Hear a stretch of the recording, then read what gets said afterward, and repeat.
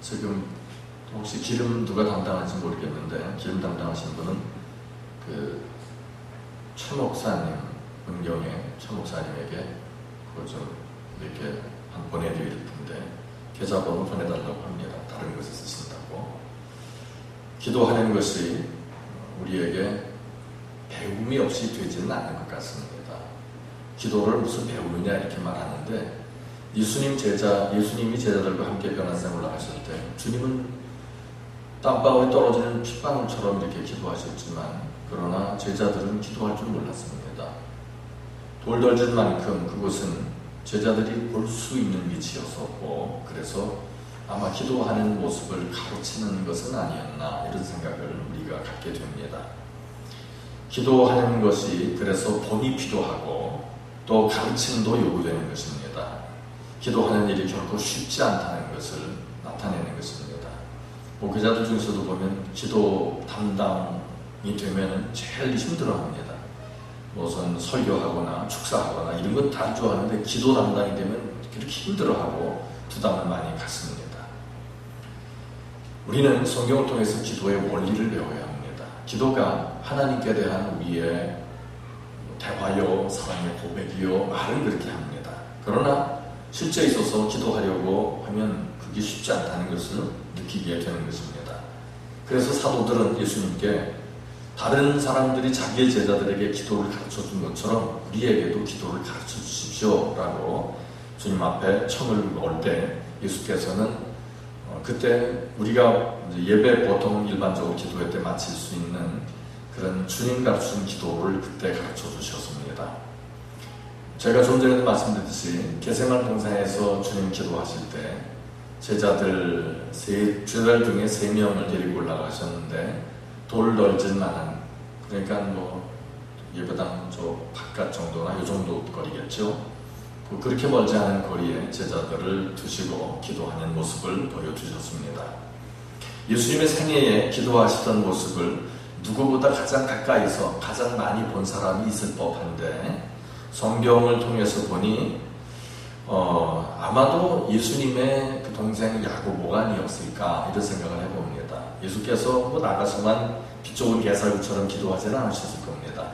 늘상 하시던 습관을 따라 기도하셨다라고 말씀하는 것을 보면 아마 야고보는 예수님의 기도하는 모습을 가장 많이 보지 않았을까 이렇게 생각이 듭니다. 예수께서 기도하시는 것은 공생의 때만 국한된 것은 결코 아닐 것입니다.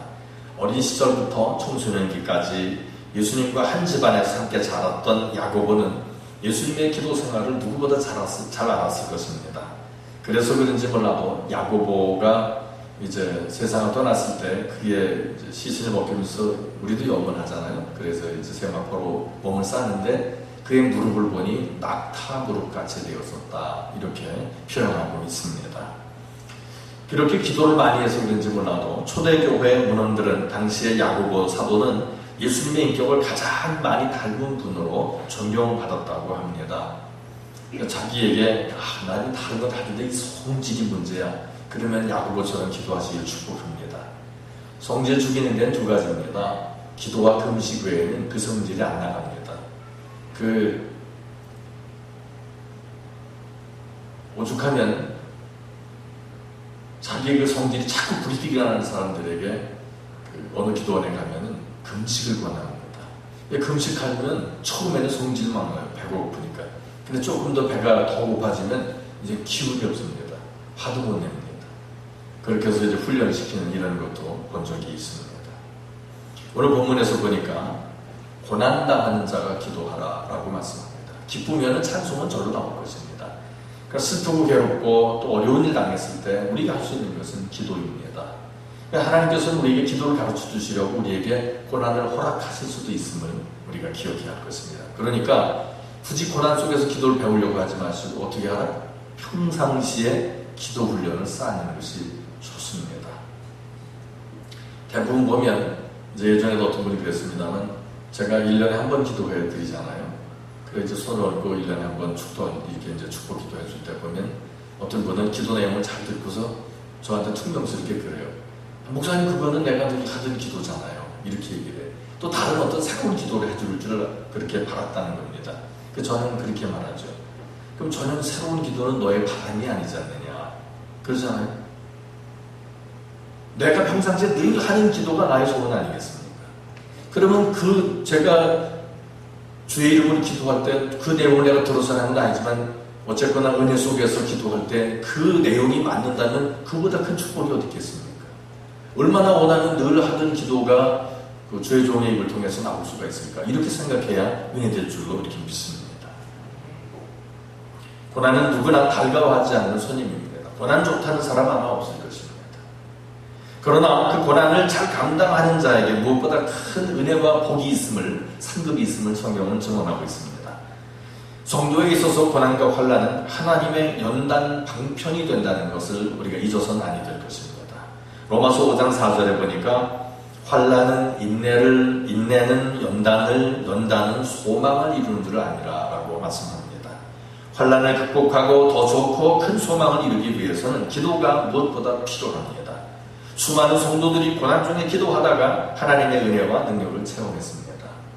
어떤 그 가정에 남편과 아내가 신앙생활하면서 남편의 신앙은 뭐냐면은 은사는 없다는 겁니다. 이미 초대교회 때 끝났고 은사는 없다.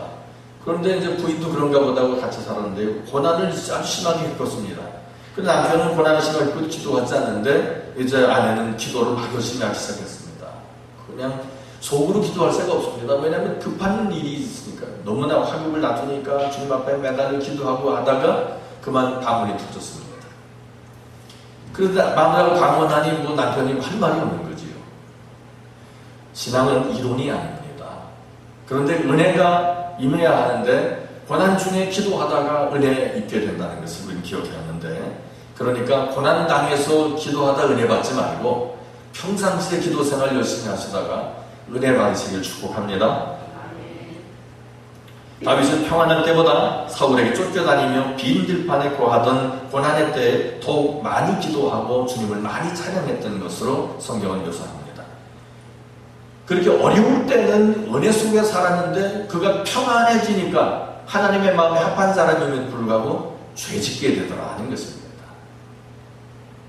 그러니까 평안할 때 기도하지 않는다면 죄짓는 것은 자명한 것입니다. 지금 평안하십니까? 기도하시길 축복합니다. 힘드십니까? 역시 기도하십시오. 은혜가 임할 것입니다.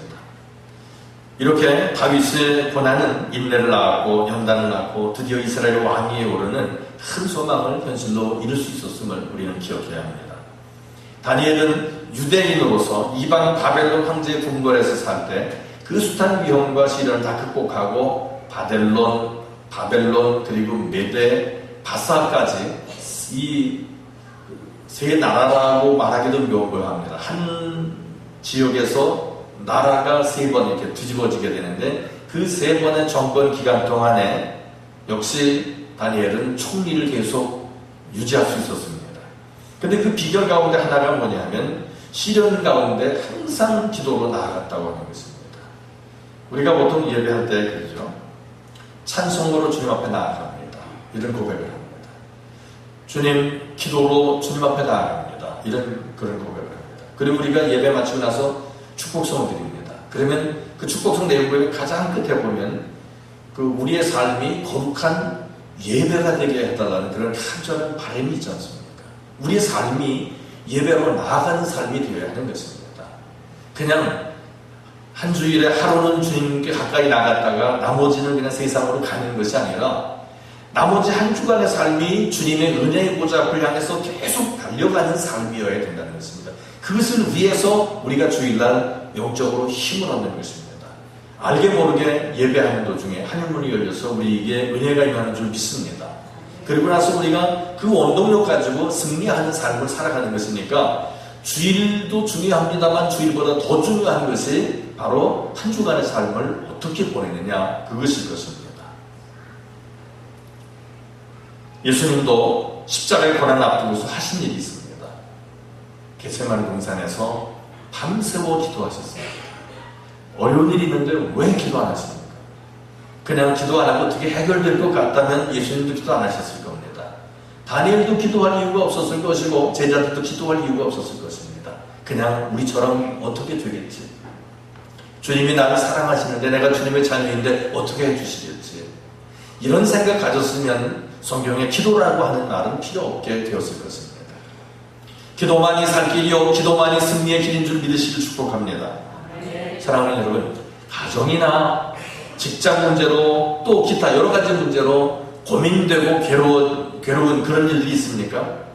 고난 중에 있다면 살아계신 하나님, 우리를 돕기를 기뻐하시는 하나님 앞에 모든 것 다 내려놓고 간구할 수 있기를 축복합니다. 그 다음 성경은 병든 자를 위해서 합심해서 기도하라고 얘기 알려주고 있습니다. 교회 장로들을 청하라고 했는데 장로는 기도서 1장 5절 이하에 보면 감독을 의미하고 교회의 목회자를 의미했습니다. 그 내용은 이렇게 됩니다. 내가 너를 그레데에 남겨둔 이유는 남은 일을 정리하고 내가 명한 대로 각 성에 장로들을 세우게 하려 함이니 책망할 것이 없고 한 아내의 남편이며 방탕하다는 비난을 받거나 불순종하는 일이 없는 믿는 자녀를 둔 자라야 할지라. 감독은 하나님의 청지기로서 책망할 것이 없고 제 고집대로 하지 아니하며 급히 분내지 아니하며 술을 즐기지 아니하며 구타하지 아니하며 더러운 이득을 탐하지 아니하며 라고 기록합니다. 좀 더 폭을 넓히게 된다면 목회자들뿐만이 아니라 오늘날 장로들 그리고 신앙 영륜이 깊고 신덕이 있는 교회 안에서의 어른들을 의미한다라고 볼 수 있겠습니다. 그 다음에 보면 기름을 바르라고 말씀하고 있습니다. 이제 제가 초기에 말씀드린 그 기름 이야기가 바로 그것입니다. 천주교에서는 종유식이라고 해서 종교의식을 만들었습니다. 그래서 실제에 있어서 이 불치병에 걸린 자들을 많이 치유해왔고 지금도 또 그렇게 하고 있습니다.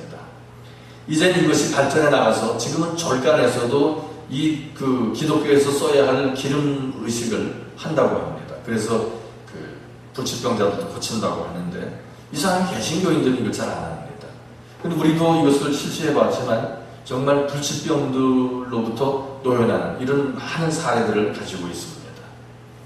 이제 잊지 마시고 최 목사님하고 통화하셔서 한 5병 정도 보내시고 그리고 계좌번호 보내셔서 그리고 좀 잘 처리할 수 있길 바랍니다. 어디다 쓰려고 하느냐? 그러니까 자기는 이제 몸이 건강해졌고 그분이 당뇨가 너무 심해졌지 않습니까? 망막 신경이 망가져서 앞좌 잘 안 보일 정도가 됐었고 신장 기능도 망가져서 생활 자체가 불편할 정도였었는데 이제 모든 기능들이 거의 정상이 됐다고 말하면서 다른 그 아픈 사람들 위해서 사용하려고 한다고 그래요. 그래서 그럼 이제 계좌번호 보내게 되는 겁니다.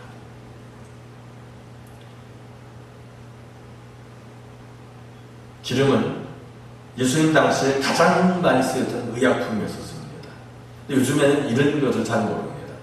그 약방에 가면 요만한 병에 아주 가는 병에 들어있는 뭐가 있습니다. 그것이 뭐냐면 그 선천적인 그 주근깨를 제거하는 그런 약입니다. 근데 그 약을 보통 한 병에 8만 원씩인가 이렇게 사서 아주 조금입니다. 정말 이렇게 몇 방울 되지도 않는 걸 가지고 그렇게 파는데 그거 걱정할 거 없습니다. 우리가 교회에서 사다가 나눠 쓰고 있는 그런 거 같으면은 뭐 주근깨 같은 거 털리고 하니까 비싸게 사서 쓰는 사람들이 이해가 안 갑니다. 비싸면 다 좋은 게 아닙니다. 그러니까 적당한 선에서 성경을 의지하는 마음이 더 커졌으면 하겠습니다. 누가복음 10장 34절에 보면 사마리아 사람이 강도 만난 사람의 상처에 기름과 포도주를 붓고 치료했다라고 말합니다. 포도주, 상처 치료에 좋죠. 알코올이니까요. 그 다음에 기름을 바르면 더 이상 균이 들어가지 않고 그리고 상처난데 아마 기름 발라보신 분들 알죠? 어떤 기름도 괜찮습니다. 식용유 바르면 다 좋거든요. 식물성 기름 발라보면 그 상처가 악화된 것도 그 다음 날이면은 가라앉는 것을 아마 경험하신 분들이 있을 겁니다. 예전에 어떤 목사님이 자기 무릎이 너무 아프다고 해서 아니 젊은 사람이 무릎이 아프냐 그러니까 잘 모르겠다고 그런 얘기를 해요. 그래서 이제 성경에 보니까 기름 바르라고 돼 있다. 뭘 바르면 되냐 그래요. 그건 알아서 바르라. 찾아서 식물성은 다 된다. 그러니까 집에 돌아가서 찾아보니까 식용유밖에 없더랍니다. 그래서 그것을 냅다 발랐답니다. 그리고 이제 한참 발랐는데 그 다음에 이제 만나서 하는 말이 그래도 낫습디다 이런 얘기를. 식물성 기름은 다 좋은 겁니다. 그러니까 물론 가장 좋은 게 올리브 기름이겠죠. 그리고 그것보다 더 좋은 게 우리 교회에서 쓰는 것으로 그렇게 알고 있습니다. 어쨌든 올리브 기름은 당시에 가장 많이 쓰이는 의약품 중에 하나였었다라고 생각하시면 됩니다. 헤롯 대왕이 말년에 병들었을 때 회복을 위해서 기름 목욕을 했다라는 그런 그 역사학자들의 증언이 있습니다. 약을 사용하면서, 그러니까 기름을 그냥 기름만 바르라고 그렇게 안 되어 있잖아요. 기름 바르면 뭐하라? 위에서 기도하라. 그러니까 여러분 약 같은 걸 잡수잖아요. 이제 몸이 불편할 때. 그러면 약 먹을 때 어떻게 해요? 그냥 먹어요? 이건 주님과 상관없으니까? 아니잖아요. 약도 주신 분이 주님이시니까 감사합니다 하고 먹으라, 그런 이야기입니다. 의사가 필요 없나요? 아닙니다. 의사라는 직업도, 그리고 그 인술도 주님이 주신 것입니다. 그러니까 의사에게 나갈 때도 이런 의사를 주신 것을 감사합니다 라고 나가시면 더 우리에게 유익될 것으로 믿습니다. 약과 의술도 하나님의 선물입니다. 그 자녀들을 가급적이면, 우리는 뭐 그렇게 못했습니다만 하나는 기대를 좀 해봐야 될지 모르겠지만, 어려서부터 의사를 목표로 놓고 기도 좀 하십시오. 우리 교회도 의사가 나와야 되겠다 그런 얘기가 아니라, 의술을 가지고 세계 여러 곳에 다니면서 그 어렵고 힘든 사람들에게 도움을 줄 수 있는 아주 은혜의 길입니다. 그러니까 돈 많이 버니까 의사가 아니고, 어려운 사람들을, 아주 비난한 나라 국민들을 도울 수 있는 길이 있으니까 자녀들을 의사되게 하는 것이 유익하다는 것입니다. 약사는 가봐야 소용없습니다. 의사 외에는 어려운 나라 가봐야 써먹을 데가 없습니다. 나머지는 전부 다 뒤설거집니다. 의미가 별로 없습니다. 그렇지 않으면 돈 많은 사업가 되게 해가지고 갖다 퍼주든지, 그러나 그건 의미가 별로 없더라고요. 그러니까 의술을 좀 배울 수 있는 그런 기도를 자녀들 위해서 해 주시길 바랍니다. 주님의 이름으로 기름 바르면서 기도 수술할 때도, 약을 먹을 때도 주의 이름으로 기도하면서 하라는 것입니다. 하나님의 권고하시는 역사가 함께 하실 것입니다. 그 다음에 합심해서 기도하라고 말씀합니다. 두세 사람이 내 이름으로 무엇이든지 구하면 내가 시행하리라 라고 말씀하십니다. 합심 기도는 큰 응답의 힘이 있음을 믿으시길 축복합니다. 그 다음에 정말 중요한 것이 있습니다. 아무리 합심해서 기도해도 안 될 때가 있습니다. 죄가 있으면 안 됩니다. 그래서 회개하며 기도하는 것입니다. 그건 잠깐 고백하고 가서 또 지을 정도의 그 정도 고백 가지고는 기도 응답은 기대하기 어렵습니다. 다시는 내가 이런 일을 안 하겠다, 이런 각오가 회개입니다. 그러니까 그것이 죄임을 안다면 그것을 허용해서는 곤란합니다. 그래서 저는 교우들을 위해서 새벽에 기도할 때도 그렇게 기도합니다. 이곳을 출입하는 모든 심령들이 악한 것들에게 영향받지 않게 하시고, 또 어둠의 길을 가지 않도록 주님께서 보호해달라고 그렇게 기도합니다. 악한 것들에 영향받지 않게 되길 축복합니다. 그리고 어둠의 길을 스스로 발가락에는 디우지 마십시오. 어둠은 어둠입니다. 우리는 빛의 자녀이고 빛에 속한 사람입니다. 세상에 어둠 속에 있는 백성들에게 빛으로 나가며 그들을 빛으로 인도할 존재지, 어둠과 타협할 존재들이 아님을 기억해야 할 것입니다. 죄가 하나님과 나 사이를 가로막는 최대의 장벽입니다. 이것만 제거된다면 우리 주님은 우리를 능히 도우실 수 있습니다. 주님 말씀하셨습니다. 나의 팔이 짧아서 너희를 못 돕는 것이 아니다. 능력이 없어서가 아니라 너희와 나 사이를 가로막고 있는 것인데 그것이 바로 죄악이다 라고 말씀하십니다. 그러니까 죄와 더불어 같이 가서는 은혜가 안 됩니다. 주님의 능력도 경험할 수가 없게 됩니다. 이제 모든 죄로부터 자유함을 입는 자들이 되길 바랍니다. 주의 말씀 보면 성령이 우리 가운데 오시면 우리를 진리 가운데로 인도하신다고 했습니다. 진리, 참된 것 안으로 인도하십니다. 그러면 성령이 충만한 사람이 어두운 일을 할 수 있느냐? 결코 그럴 수 없다는 것입니다. 성령으로 충만하시길 바랍니다. 그래서 은혜의 진리 가운데 인도함 받아서 언제나 빛으로 남은 생을 살아감으로 하나님께 영광을 돌릴 수 있기를 주의 이름으로 축원합니다. 아멘.